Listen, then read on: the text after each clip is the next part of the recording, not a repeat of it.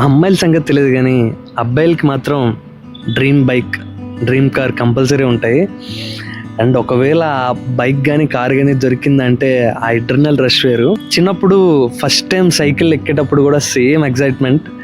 ఎప్పుడెప్పుడు బాగా గుర్తు, పోకిరి సినిమా రిలీజ్ అవ్వలేదు ఇంకా, ఆ సినిమాలో సాంగ్స్ టీవీలో వస్తున్నాయి. సో నాకు మాత్రం ఈ సైకిల్ ఎప్పుడు ఓపెన్ చేస్తారు, ఇప్పుడు నిమ్మకాయ తొక్కి ఊరల్లా తిరుగుతామనే ఒక తెలియని ఆరాటం ఆ ఏజ్లో. తర్వాత సైకిల్ మీద చాలా కెచ్చాలు చేసాం, తిరిగాం, స్కూల్ ఫ్రెండ్స్ అందరం కలిపి. స్కూల్ అయిపోయిన తర్వాత రేసులు పెట్టుకోవడం, అక్కడి నుంచి అక్కడికి స్కిడ్ చేయడం.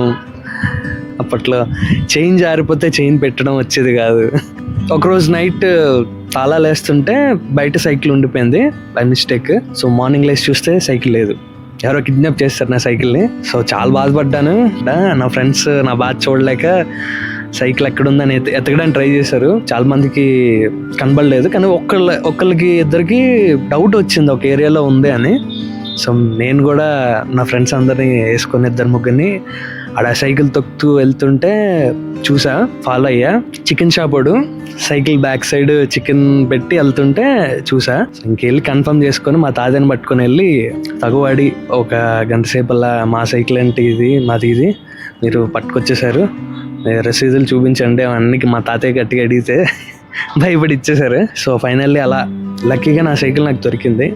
సో లైక్ ఇలా మీ లైఫ్లో మీ సైకిల్తో ఏదైనా ఒక క్రేజీ స్టోరీ ఏదైనా జరిగిందా? జరిగితే కామెంట్స్లో చెప్పండి, మాట్లాడుకుందాం.